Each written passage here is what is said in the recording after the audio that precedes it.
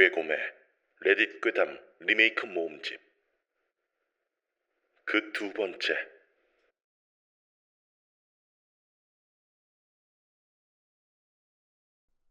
베이비시터를 위한 규칙. 반갑습니다.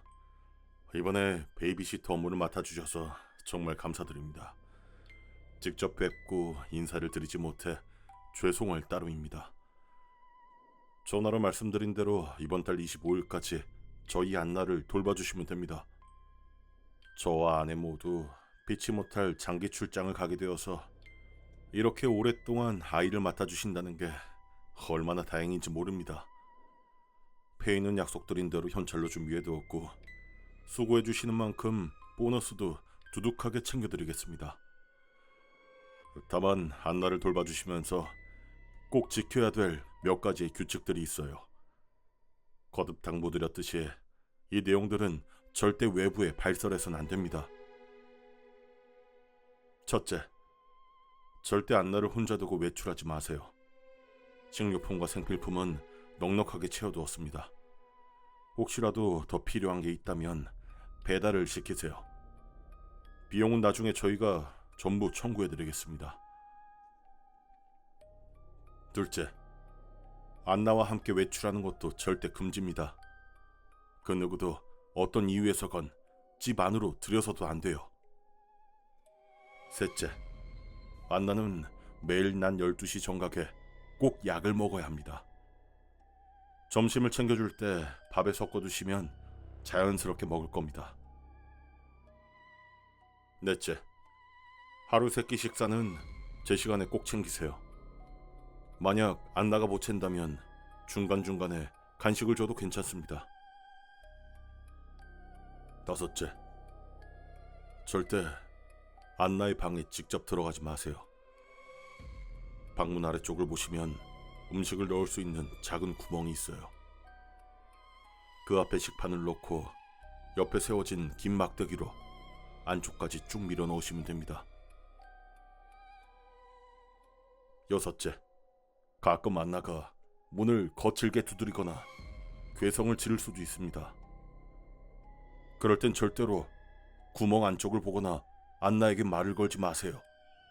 이 점은 꼭 명심하세요.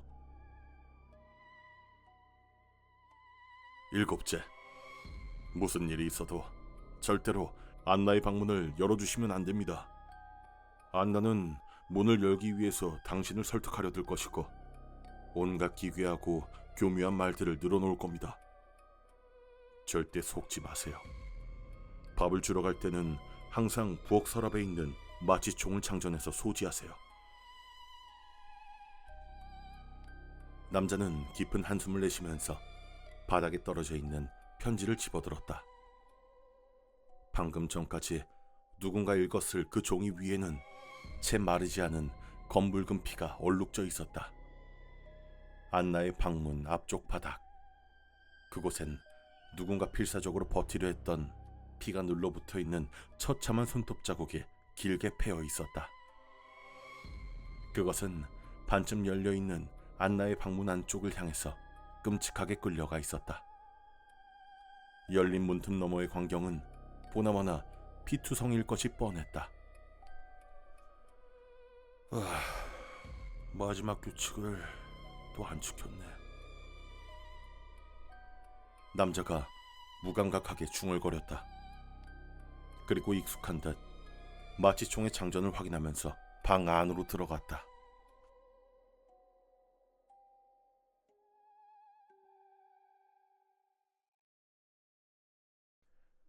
아내가 기억상실증에 걸렸다. 오늘도 아내는 잠에서 깨자마자 내게 묻는다. 여기가 어디냐고. 난 속으로 깊은 한숨을 삼키면서 읽고 있던 책을 덮는다. 그리고 최대한 부드러운 목소리로 말한다. 일어났어. 여기는 우리 집이야. 나는 자리에서 천천히 일어나서 아내에게 다가간다.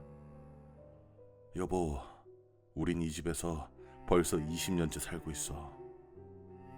그러면 아내는 왜 자기가 여보냐고 되묻는다. 그 겁먹은 목소리를 들을 때마다 내 가슴은 갈기갈기 찢어지는 것만 같다. 매일 아침 오늘은 혹시 기억이 돌아오지 않을까 하는 희망을 품지만 저 차가운 대답을 들을 때면 아내의 상태가 아직 온전치 않다는 걸 뼈저리게 느낀다. 난 천천히 아내의 손을 이끌어 거실 소파에 앉힌다.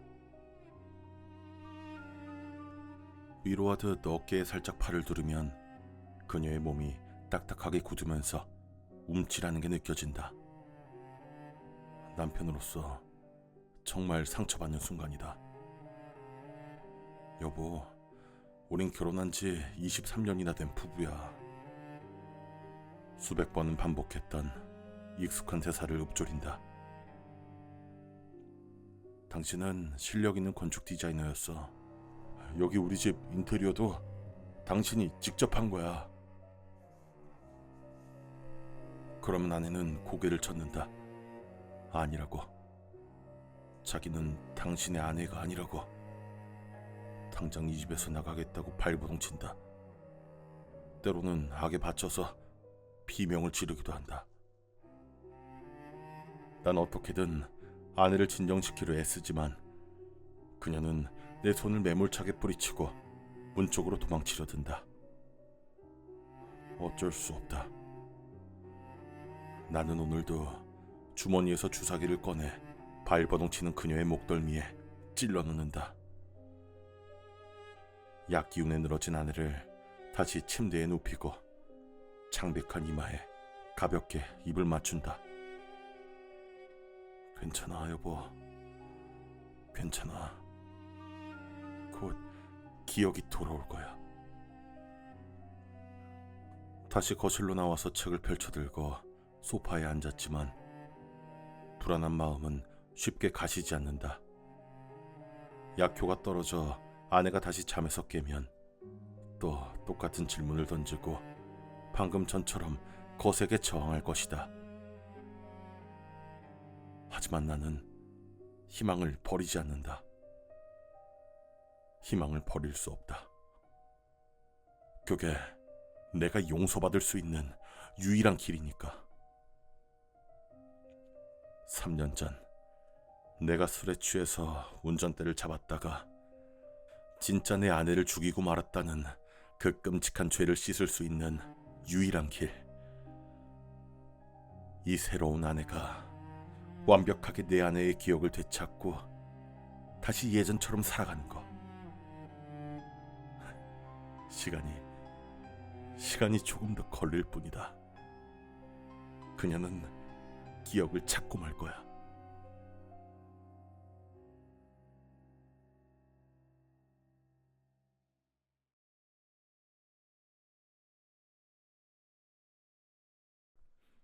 비상식량.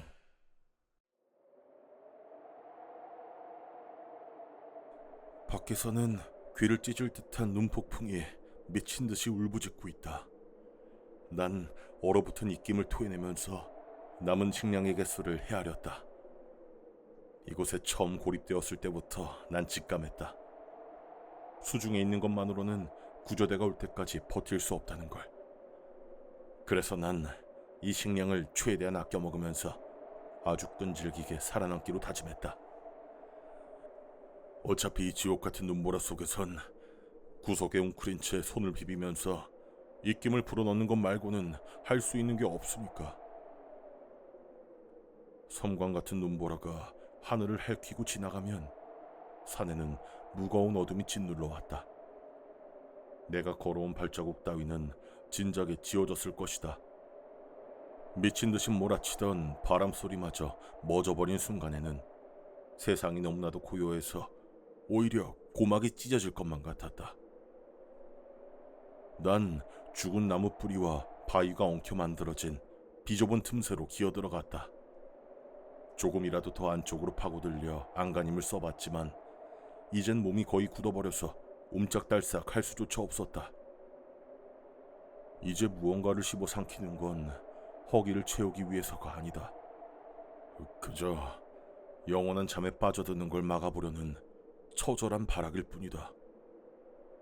조금만 더 버텨볼까도 생각했지만 이렇게 얼어 죽는 것보다는 어떻게든 살아남는 편이 낫지 않겠는가. 나의 비상식량은 이제 돌덩어리처럼 꽁꽁 얼어버렸다. 앞니로 힘주어서 깨물면 쩍하고 메마른 소리를 내면서 부서질 정도였다. 난 그것을 입안에서 천천히 녹여 질겅거리면서 끝없이 새하얀 바깥을 응시했다. 시야가 멀어버릴 것처럼 눈이 시리다. 머릿속으로는 수백 번도 넘게 구조되는 상상을 했다. 날카로운 바람 소린 나를 찾는 헬리콥터의 프로펠러 소리 같았고, 눈더미가 무너지는 둔탁한 소린 구조대의 발소리처럼 들렸다. 그럴 때마다 핏발선 눈을 번쩍 뜨고 주위를 살펴봤지만 돌아오는 건 지독한 절망과 심란함 뿐이었다. 고립된 지 벌써 이틀. 이 추위 속에서 내 숨통이 언제까지 붙어 있을지 모르겠다.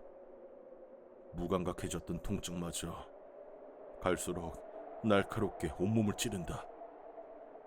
난 딱 8개밖에 남지 않은 나의 비상식량을, 아니지, 동상에 걸려 시커멓게 썩어들어간 내 두 손을 멍하니 바라보았다. 오른손의 엄지와 검지는 이미 내 뱃속에 들어갔지만 그래도 하루에 하나씩 집어삼키면 8일은 더 버틸 수 있겠지.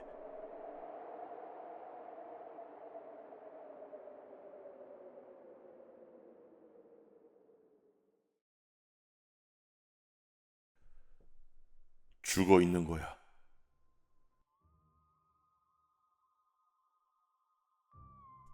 상상해봐. 내 인생에서 가장 완벽하고 행복한 시기를 보내고 있다고 믿어 의심치 않았는데 어느 날 갑자기 내 영혼이 빠져나와 바닥에 널브러진 내 시체를 내려다보고 있는 상황을 말이야. 말도 안 되는 소리 같겠지만 내겐 실제로 일어난 일이야. 내가 살던 집, 내 직업, 그리고 무엇보다 사랑하는 아내 레이첼까지. 모든 게 완벽했거든. 레이첼은 정말 내 소울메이트였지. 둘 중 한 명이 샤워를 할 때면 문틈으로 사랑해라고 적힌 쪽지를 슬쩍 밀어넣곤 했어. 지금 생각해보면 참 유치하지만 그땐 그게 내 세상의 전부였어. 그런데 내가 죽어서 실려나가는 그 순간에 구급차 뒤에서 레이첼의 얼굴을 봤어. 다른 사람들 앞에선 숨이 넘어갈 듯 울고 있었는데 고개를 숙였던 그녀의 입꼬린 분명히 웃고 있었어. 기쁨의 눈물이었을까? 난 꼭 확인해봐야만 했어. 죽어서 영혼이 되면 좋은 점이 있어. 눈에 보이지 않아서 어디든 자유롭게 돌아다닐 수 있다는 거야. 그리고 단점은 종이 한 장 들어올리는 것조차 몇백 킬로그램의 바위를 드는 것처럼 끔찍하게 힘들다는 거고. 하지만 며칠 동안 온 신경을 집중하면서 연습한 끝에 난 이것저것 물건을 움직일 수 있게 됐어. 그래서 난 집안을 샅샅이 뒤지기 시작했어. 그리고 아내의 옷장 안쪽 깊숙한 서랍을 연 순간 난 알아버리고 말았지. 내 이름으로 된 수억 원짜리 사망보험금이 들어져 있었다는 거. 그 옆에는 독약이 들어있는 작은 병도 함께 뒹굴고 있었지. 레이첼, 그 돈에 미친 년이 내게 무슨 짓을 한 건지 깨닫는 순간 내 안의 모든 감정은 끔찍한 징후로 변했어. 난 그년을 찢어발기기 위해서 내게 생긴 이 새로운 오컬트적인 능력을 필사적으로 갈고 닦았지. 앤디라는 남자가 우리 집에 기어들어왔을 때 내 증오는 극에 달했어. 두 사람이 침실로 들어가서 열정적인 키스를 나눌 때 난 앤디가 눈을 뜨자마자 내 기괴한 얼굴을 보도록 만들었어. 낄낄대는 내 웃음소리와 말이야. 그 자식 바지도 제대로 못 입고 집 밖으로 헐레벌떡 도망쳤어. 레이첼의 다음 타겟은 우락부락한 체격의 브래드라고 하는 놈이었어. 난 그 자식을 위해서 조금 더 특별한 기술을 썼지. 놈이 욕실에 들어가서 샤워를 할 때 따라 들어가서 문을 잠궈버렸어. 그리고 샤워기에서 피부가 벗겨질 듯 펄펄 끓는 물이 쏟아지게 만들었지. 근육질의 덩치가 기절해버리더라고. 문 밖에선 레이첼이 기겁하면서 문을 열려고 손잡이를 덜그럭거렸고 난 그 공포를 즐기면서 가만히 냅뒀어. 얼마 뒤에 브래드가 정신을 차리자 레이첼이 놈을 달래면서 이렇게 말하더라고.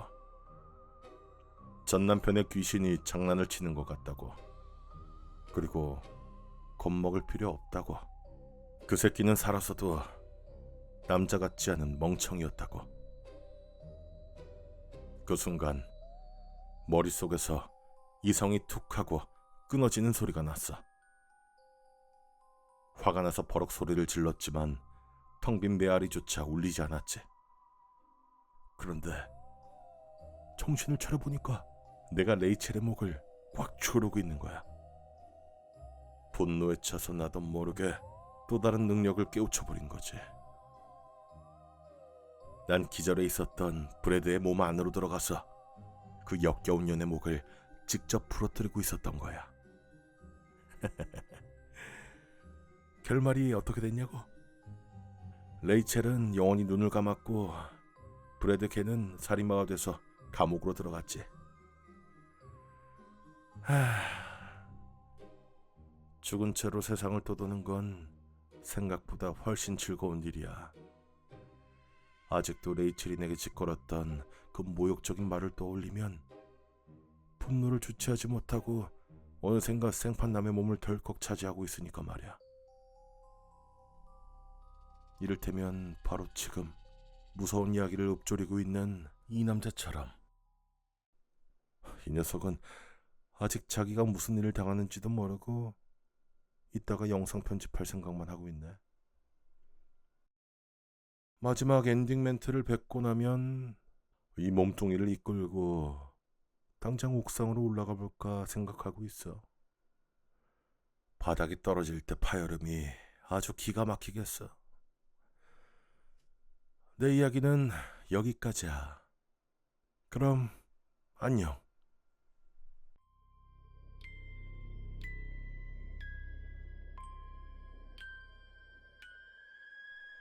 네, 오늘 여러분들 방금 건 그냥 이제 메타픽션 같은 느낌의 이야기의 결말이었고요. 제가 실제로 빙의된 거 아닙니다. 그리고 뭐 옥상 이런 거는 그냥 이야기일 뿐이에요. 괴담이에요. 이거 괴담입니다. 이거 유튜브 오해하지 마세요. 네, 그런 거 아니니까. 그래서 이번 리메이크 모음집 어떻게 들으셨나요? 네, 목이 좀 마탱이가 가가지고 많이 속삭였던 것 같은데 그래도 좀 재밌게 들으셨나요? 이제 주말 마무리 잘 하시고요. 네, 좋은 밤 되시고 이제 좋아요랑 댓글 하나씩 그리고 하이프를 좀 눌러주셨으면 좋겠습니다. 예, 꺼림칙한 이야기 괴곰의 괴곰이었습니다. 감사합니다.